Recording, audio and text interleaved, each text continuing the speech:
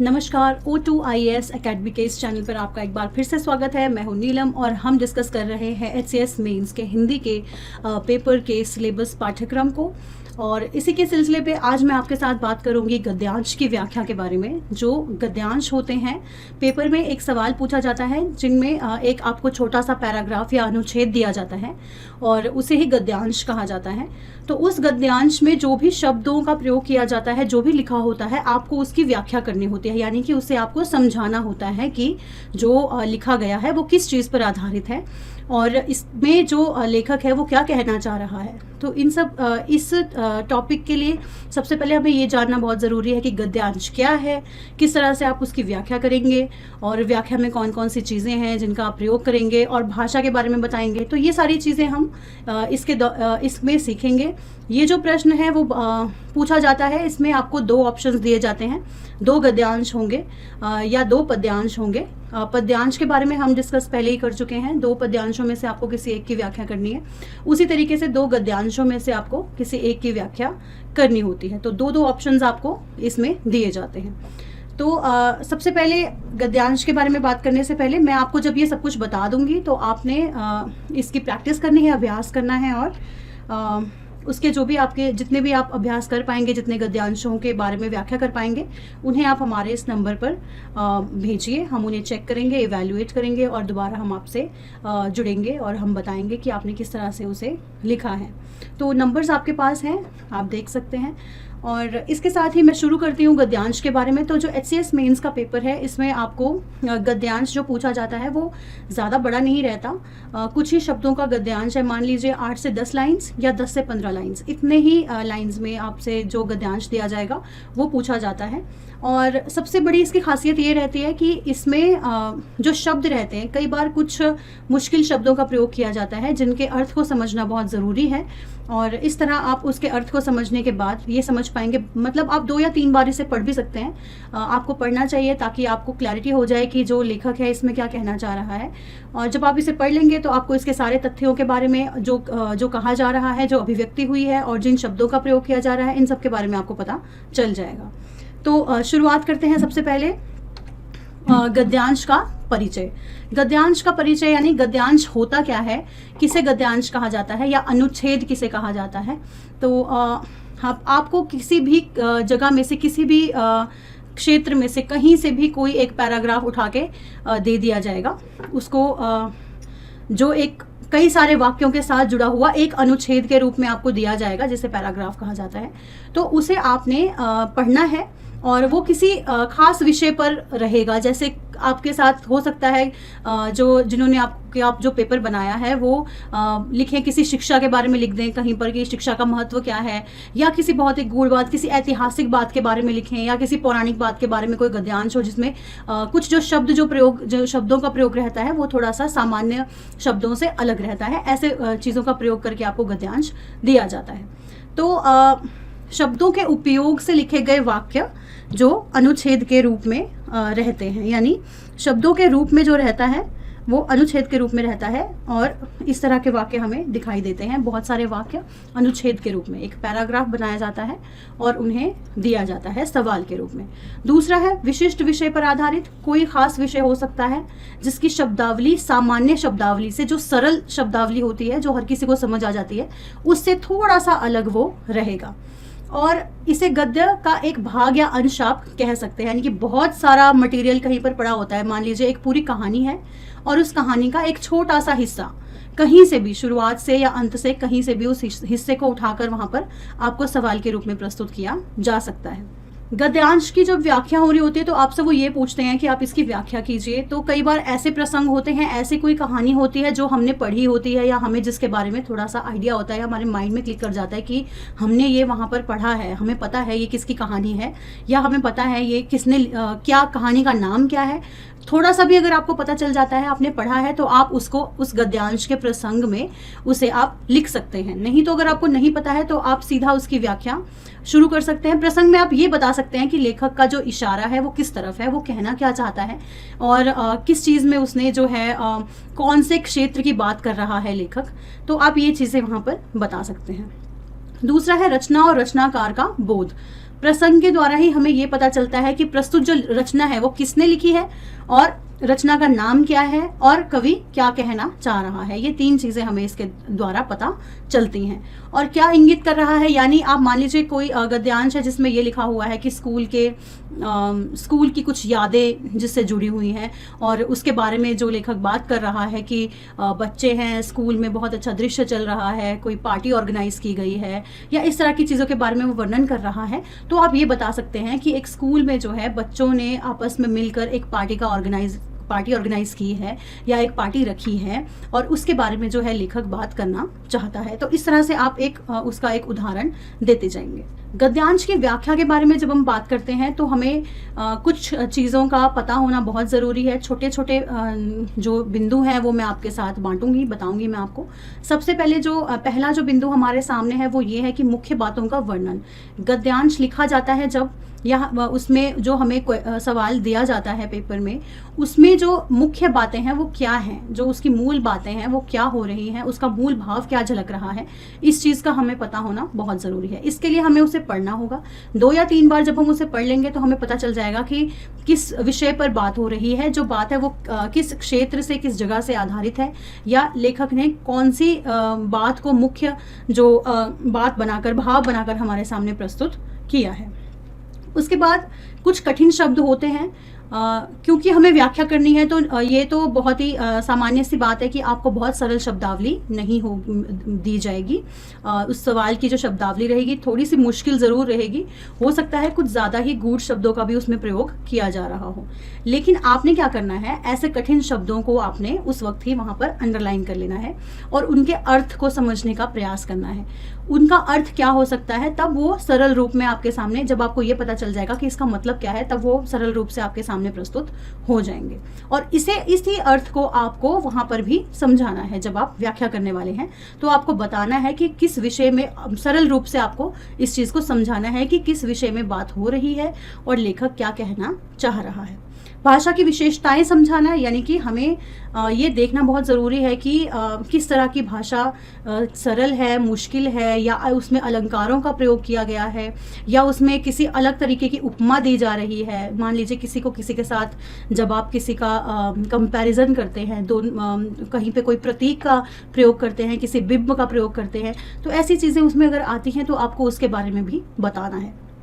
उसके बाद अगर परिचित है गद्यांश, आपने उसे पढ़ा है, आप जानते हैं लेखक का नाम, आप जानते हैं रचना का नाम, तो आपको उस रचना और लेखक का नाम वहाँ पर बता देना है।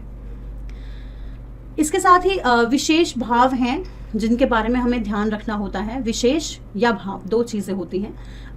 अंत में जो दिया जाता है, व्याख्या के बाद जो दिया जाता है, वहाँ पर हम भाषा के बारे में बात करते हैं। लेखक का जो लिखने का तरीका है, जो शिल्प है, उसके बारे में बात होती है, जो शैली है उसके बारे में बात होती है, और कितनी सुंदर तरीके से उसने उस अनुच्छेद को, उस गद्यांश को कितने सुंदर शब्दों से सजाया है, उन सब चीज़ों का भी जिक्र हमें विशेष में और भाव में करते हैं। दोनों एक ही चीज़ है, आप या विशेष लिख सकते हैं या आप भाव लिख सकते हैं। तो सबसे पहले हम भाषा की बात करेंगे कि भाषा कैसी है, इसमें हम कैसे बताएंगे। देखिए, भाषा में कई चीज़ें होती हैं। भाषा में स्पष्टता होती है। अगर आपको स्पष्ट रूप से वो भाषा समझ में आ गई है तो भाषा स्पष्ट है। भाषा सरल है या भाषा थोड़ी सी कठिन है, किस तरह की भाषा का प्रयोग किया गया है, आपने इसमें ये समझाना है। और दूसरी बात, भाषा में किस तरह के शब्द हैं, शब्द कैसे हैं, तत्सम है या तद्भव है। तत्सम शब्द वो होते हैं जो थोड़े से संस्कृत से सीधे सीधे हम जिन शब्दों को उठा लेते हैं, जैसे यज्ञ, और कुछ ऐसे पौराणिक शब्द होते हैं जैसे जिनका हम अभी भी प्रयोग करते हैं, बिल्कुल सीधा प्रयोग होता है, जिन शब्दों का जो है अभी हमें दूसरे शब्द, जो मॉडर्न शब्द हैं, जो उन शब्दों को बदलकर जो नए शब्द हैं, जिनके वो शब्द अभी तक परिवर्तित नहीं किए गए हैं, सीधे सीधे जो संस्कृत भाषा से उठाए गए, जैसे मातृ, पितृ और इस तरह के जो संस्कृत के शब्द हैं वो तत्सम शब्द कहलाते हैं। इसके बाद तद्भव शब्द भी होते हैं जो बदल गए हैं, जो थोड़े से आज के समाज के साथ जो शब्द जुड़े हुए हैं, जैसे कि कागज़, और जैसे कि आप और भी टेबल, कुर्सी, ये सब चीज़ें जिनका हम आम भाषा में, आम बोलचाल में इनका हम प्रयोग करते हैं। तो इस तरह से शब्द बदलते जाते जाते हैं और आगे आगे आप जब वो शब्द गूढ़ नहीं होते, जैसे संस्कृत से होते तो संस्कृत से ही हैं, लेकिन उनके जो रूप में है, जैसे कुत्ता शब्द है, अगर आप देखेंगे तो पहले वो शब्द कुत्ता बनने से पहले उसे कुकुर कहा जाता था। इस तरह से शब्द जो है बदलते बदलते यहाँ तक पहुँच जाता है। तो ये जो परिवर्तित शब्द हैं उनका प्रयोग किया गया है, या फिर संस्कृत का शब्दों का प्रयोग किया गया है, या फिर अंग्रेजी शब्दों का प्रयोग किया गया है, या कोई और विदेशी शब्द हैं जिनका प्रयोग किया गया है। इस तरह के शब्दों का आप वर्णन उसमें कर सकते हैं। शैली कैसी है लेखन की, क्या वो जो गद्यांश दिया गया है उसमें अपने आप को संबोधित करके लेखक बात कर रहा है, जैसे मैं वहाँ गया, मैं वहाँ जाकर बैठा, फिर मैंने ये देखा वो देखा। जब मैं यानी अपने आप से बात कर रहा है तो वो आत्मकथात्मक शैली हो जाएगी। अगर वो किसी चीज़ का वर्णन कर रहा है तो वर्णनात्मक शैली हो जाएगी, और अगर किसी चीज़ के बारे में अपनी राय टिप्पणियां भी दे रहा है साथ साथ तो वो विश्लेषणात्मक में चला जाएगा। तो इस तरह से चीज़ें जो हैं, और अगर कोई पत्र है, पत्र लिखकर किसी से कोई बातचीत की जा रही है तो वो पत्रात्मक शैली में चला जाएगा।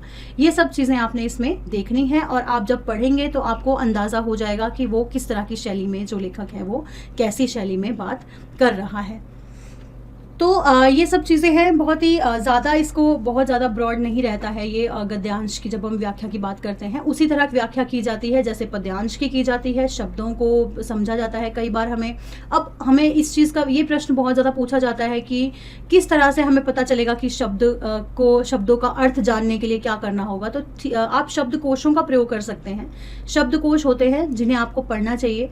जो साधारण शब्द हैं उनका अर्थ क्या है, या बहुत ज़्यादा मुश्किल शब्द हैं उनका अर्थ क्या है, ये हमें पढ़ने से ही पता चलेगा। अगर हम पढ़ते हैं, जैसे आप किताबें अगर आप पढ़ते हैं, थोड़ा सा मतलब परिवर्तन भाषा में हुआ है। हालांकि आजकल की जो भाषा है वो बहुत ज़्यादा एकदम साहित्यिक भाषा से हटकर थोड़ी सी भाषा है, लेकिन अगर आप कुछ समय पहले की किताबें देखेंगे तो उसकी जो भाषा रहेगी वो एकदम प्रॉपर साहित्यिक भाषा होती है उसमें। तो उनमें शब्दों का प्रयोग बहुत अच्छे से किया जाता है। तो आप उसे देख सकते हैं, उन किताबों को पढ़िए, और उन किताबों को पढ़ने के बाद जब आपको पता चलता है कि शब्दों के अर्थ किस तरह से, हम थोड़े से मुश्किल शब्दों को जिनको हम प्रयोग नहीं करते हैं आम जिंदगी में आप देख सकते हैं कि हिंदी के साथ साथ अंग्रेजी का भी काफ़ी ज़्यादा जो है प्रचलन काफ़ी ज़्यादा बढ़ गया है। लेकिन इसका अर्थ ये नहीं है कि आपको हिंदी बिल्कुल ही हमें बोलना बिल्कुल ही छोड़ देना चाहिए। शब्दों को, भाषाओं को सीखना चाहिए, लेकिन अपनी भाषाओं को समाप्त करके नहीं। सीखिए, सारी भाषाएं सीखिए, और अपनी भाषा को भी साथ साथ उसे भी और अच्छे से पढ़ने का प्रयास आप कर सकते हैं। तो एक और चीज़ है, आप शब्दकोश जिसे कहते हैं, जिसे हम लैंग्वेज टू लैंग्वेज डिक्शनरी होती है। जैसे हिंदी से हिंदी ही डिक्शनरी रहेगी, हिंदी के ही कुछ शब्द होंगे जिनका सरल रूप में आपको उसका अर्थ पढ़ आप पाएंगे, उसमें दिया गया होगा। और कई बार आपको उस अर्थ से जुड़ा हुआ एक पूरा का पूरा पैराग्राफ, अनुच्छेद भी दिया रहता है। कुछ पंक्तियों में आपको उसका अर्थ समझाया जाता है। तो ये सब चीज़ें हैं। और भाषिक सुंदरता की जब मैं बात करती हूँ तो उसमें कुछ बिंब होते हैं। बिंब यानी जो लेखक है वो चित्र बना रहा है किसी चीज़ का, और मतलब चित्र यानी कि वो पेंटिंग नहीं कर रहा है, लेकिन उस चीज़ के बारे में आपको बयान कर रहा है, बता रहा है कि मान लीजिए किसी सुंदर से समुद्र का वो वर्णन कर रहा है। तो ऐसी चीज़ें हमारे आंखों के सामने उस चीज़ का चित्र प्रस्तुत कर देती हैं, तो उसे हम बिंब कहते हैं। तो इस तरह से बिंब बना रहा है, या किसी चीज़ को प्रतीक बना रहा है किसी और चीज़ का। मान लीजिए कि किसी भ्रष्ट नेता को वो जोंक का प्रतीक बना रहा है, जो सारा खून चूस लेती है व्यक्ति के शरीर से चिपकने के बाद। तो इस तरह से काफ़ी सारे प्रतीक भी होते हैं, बिंब, इन सब का हमें ध्यान इसमें रखना चाहिए। और सबसे ज़्यादा जो ज़रूरी चीज़ है वो ये है कि आपको शब्दों के अर्थ का पता अगर आप लगा लेते हैं तो उन्हें अभिव्यक्त करने में ज़्यादा आपको मुश्किल नहीं आएगी।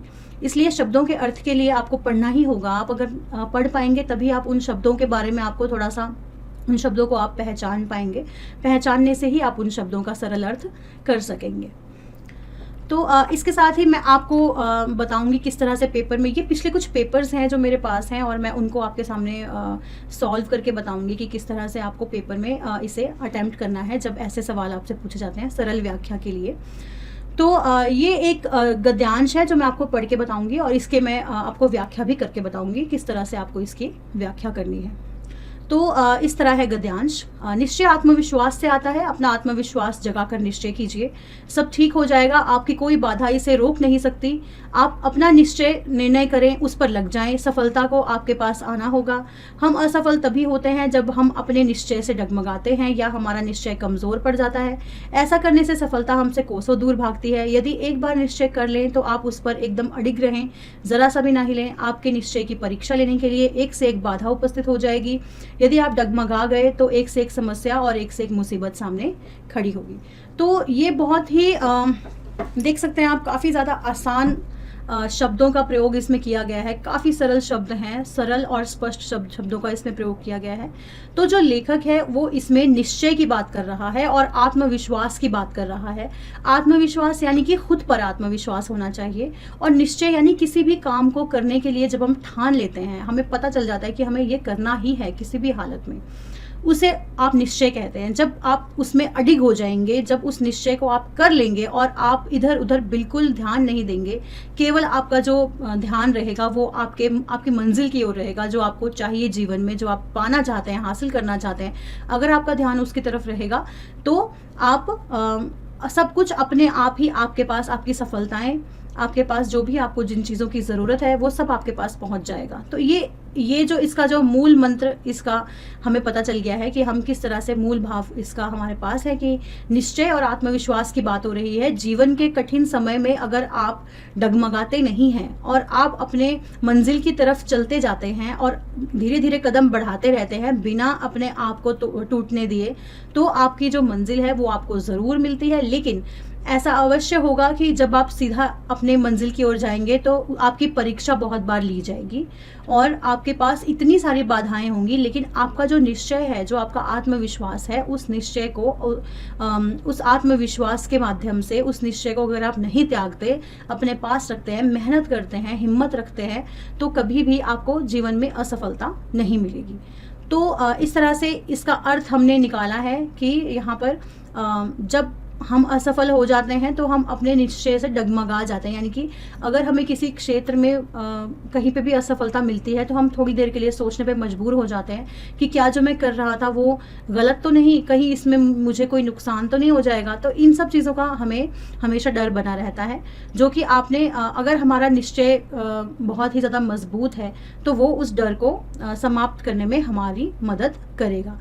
बाधाएं आती रहेंगी, लेकिन बाधाओं को दूर करने के लिए हमें डगमगाना नहीं है, हमें एकदम अपना जो ध्यान है वो अपनी मंजिल की ओर लगाकर रखना है। तो प्रस्तुत गद्यांश इस तरह से आप शुरू करेंगे। प्रस्तुत गद्यांश में लेखक कहना चाहते हैं कि, और आगे सारी बात, जितनी भी हमारी बात हुई है उसे पढ़िए, शब्दों को सरल करने का प्रयास कीजिए और उससे सरल करने के बाद आप इसकी इस प्रकार व्याख्या कीजिए। और जब शब्दावली की बात हो रही है तो वर्णनात्मक तरीके से लेखक बता रहा है, वर्णन कर रहा है ना, निश्चय जो है आत्मविश्वास से आता है, बता रहा है, किसी चीज निश्चय के बारे में वर्णन करते हुए वो बताते जा रहा है।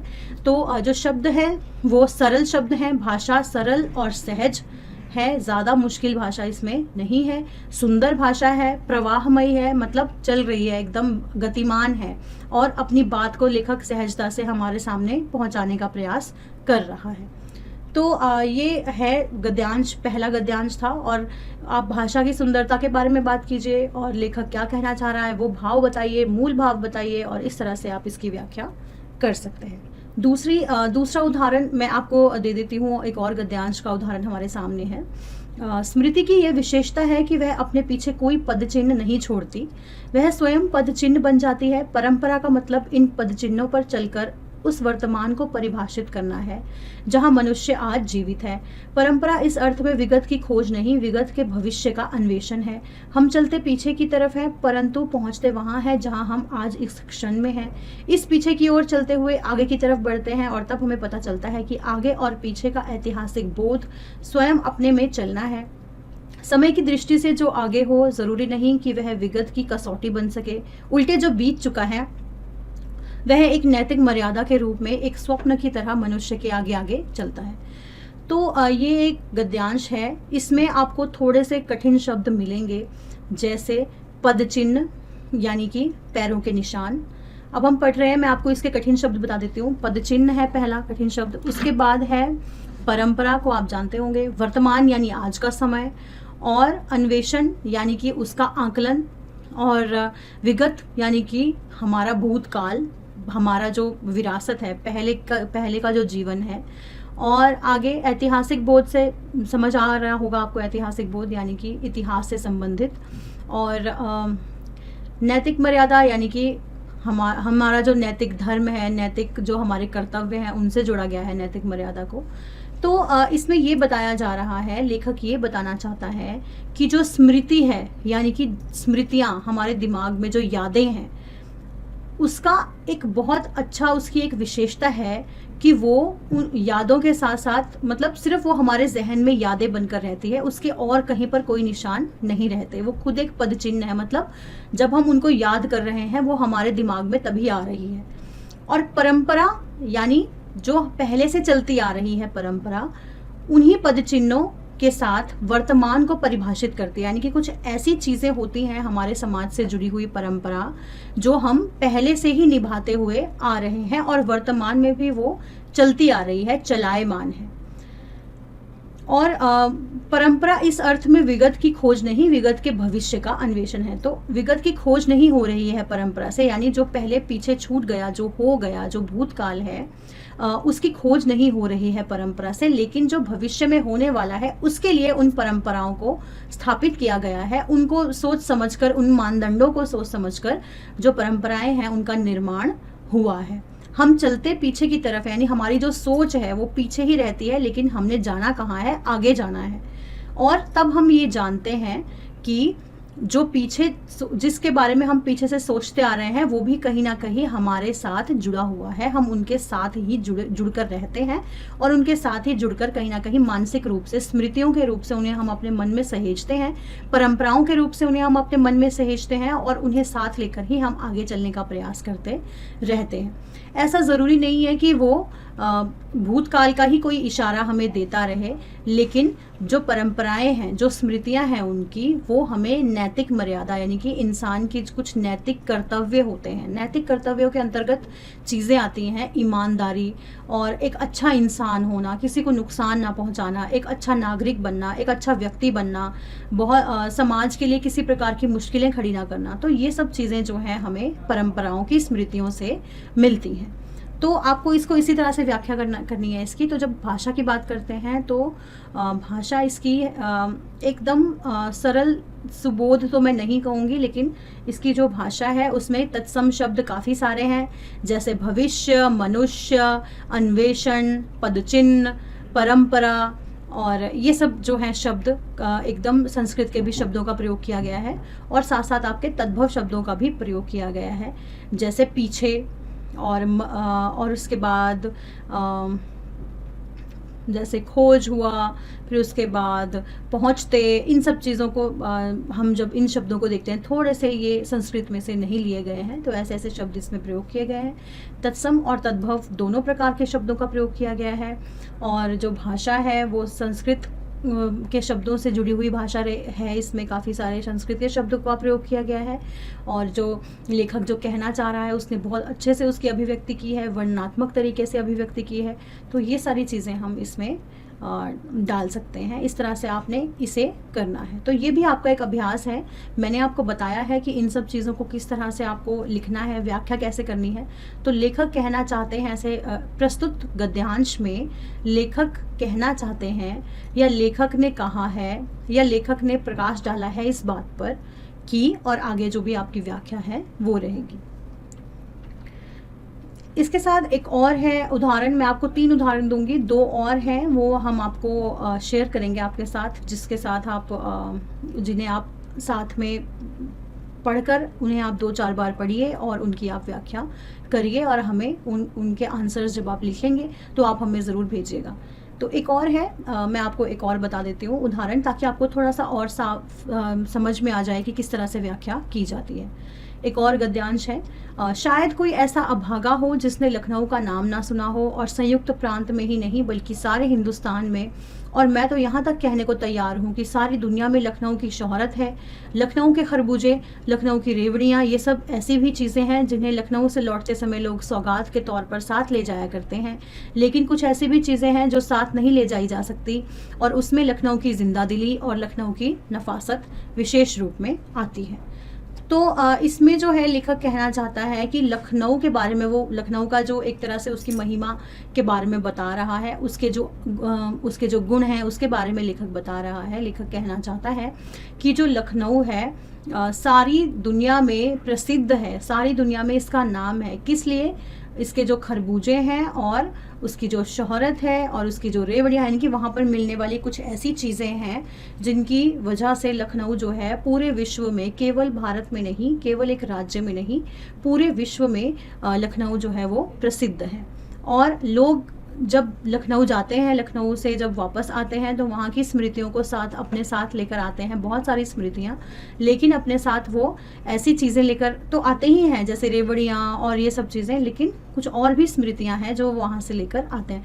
लखनऊ का नाम सुनते ही नवाब दिमाग में आ जाता है कि वहाँ नवाबों की नगरी है लखनऊ, और वहाँ की तहज़ीब, वहाँ का जो रहन सहन, वहाँ की भाषा, क्योंकि वहाँ के लोग बहुत तहज़ीब से बात करते हैं, और वहाँ की जो बातचीत करने का ढंग उनका रहता है वो पूरी दुनिया में, क्या पूरे भारत में नहीं, पूरी दुनिया में ही प्रसिद्ध उनका है, अलग है उनसे, काफ़ी ज़्यादा अदब से बात करते हैं। तो ये सब लखनऊ के बारे में लेखक बताना चाहता है। और इसमें भी वर्णनात्मक शैली से लेखक बात कर रहा है, और लखनऊ की जो महिमा मंडन लेखक कर रहा है। भाषा जो है सरल है, समझ में आ रही है, सुबोध है, बहुत ही क्लिष्ट शब्दावली का प्रयोग नहीं किया गया है, और स्पष्ट प्रवाहमयी भाषा चल रही है। और इसके साथ जो है भाव जो झलकता है वो लखनऊ का जो लखनऊ की पूरी दुनिया में जो एक अलग पहचान है, एक विशिष्टता है, वो इसमें लेखक ने दिखाने का प्रयास किया है। तो इस तरह से आप इसकी व्याख्या कर सकते हैं। इसके साथ ही मेरे पास दो और हैं गद्यांश, जिन्हें मैं आपको PDF के रूप में मैं आपके साथ शेयर कर दूंगी, और आप इन्हें आप लिखिए, इनके बारे में व्याख्या कीजिए। प्रसंग तो आपको, क्योंकि ये ज़्यादा वो इतना आइडिया नहीं रहता है, तो आप प्रसंग को अभी अगर आप पहचान पाते हैं कि किस चीज़ से है, ये कहाँ से है, तभी लिखिएगा, वरना आप सीधा व्याख्या कर सकते हैं कि प्रस्तुत गद्यांश में लेखक कहना चाहते हैं या लेखक ने कहा है कि इस तरह से आप शुरुआत करेंगे। और आप इन्हें ये दो गद्यांश हैं जो आपके साथ हैं। एक है प्रेमी निर्दय कैसे हो सकता है, और दूसरा है पशु और बालक जिनके साथ रहते हैं उनसे परत जाते हैं। ये दो गद्यांश हैं, ये मैं आपके साथ शेयर कर दूंगी। आप इन्हें ज़रूर इनकी व्याख्या करने की कोशिश कीजिए, और जो अपने जवाब है वो हमें भेजिए, ताकि हम देख सकें कि आपने कितने अच्छे से लिखने की कोशिश की है। आप किताबें पढ़ सकते हैं, देख सकते हैं आप किताबों में काफ़ी सारे, जैसे आप जब कहानियाँ पढ़ते हैं तो उसमें कई सारे गद्यांश उसको मिलाकर एक कहानी बनती है, तो आपको पता चल जाएगा कि गद्यांश आप उसे डिवाइड कर सकते हैं 2-3 भागों में या 4-5 भागों में, अलग अलग बड़े बड़े गद्यांश लेके आप उन्हें पढ़ के समझ सकते हैं कि उसमें लेखक क्या कहना चाह रहा है। उसके मूल भाव को अगर आप समझ जाएंगे तो आपको उसकी व्याख्या करने में कोई मुश्किल नहीं आएगी। शब्दकोश की अगर मैं बात करूँ तो ऑनलाइन काफ़ी सारे शब्दकोश अवेलेबल हैं।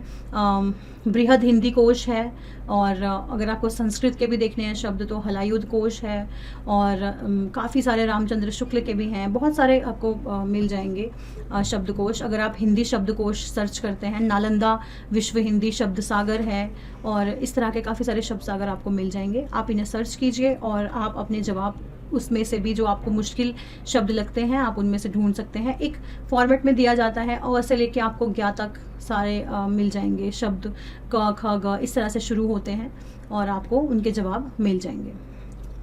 तो ये दो गद्यांश हैं, इनकी प्रैक्टिस कीजिए, और इन्हें लिखकर हमें ज़रूर इनकी व्याख्या करके हमें ज़रूर भेजिए। और अगली क्लास में मुलाकात होगी, उसमें हम एक और नए विषय के साथ आपसे मिलेंगे। आज के लिए इतना ही है, और अब समय निकाल कर साहित्य को पढ़ने का प्रयास कीजिए। साहित्य में बहुत कुछ छुपा है जो हम आम जिंदगी में महसूस नहीं कर पाते। हम एक संवेदनशील व्यक्ति साहित्य बनाता है, तो आप साहित्य को ज़रूर पढ़ने की कोशिश करें। इसके साथ ही आज के लिए इतना ही। मैं फिर आपसे मिलूँगी एक और नए विषय के साथ अगली बार। Thank you.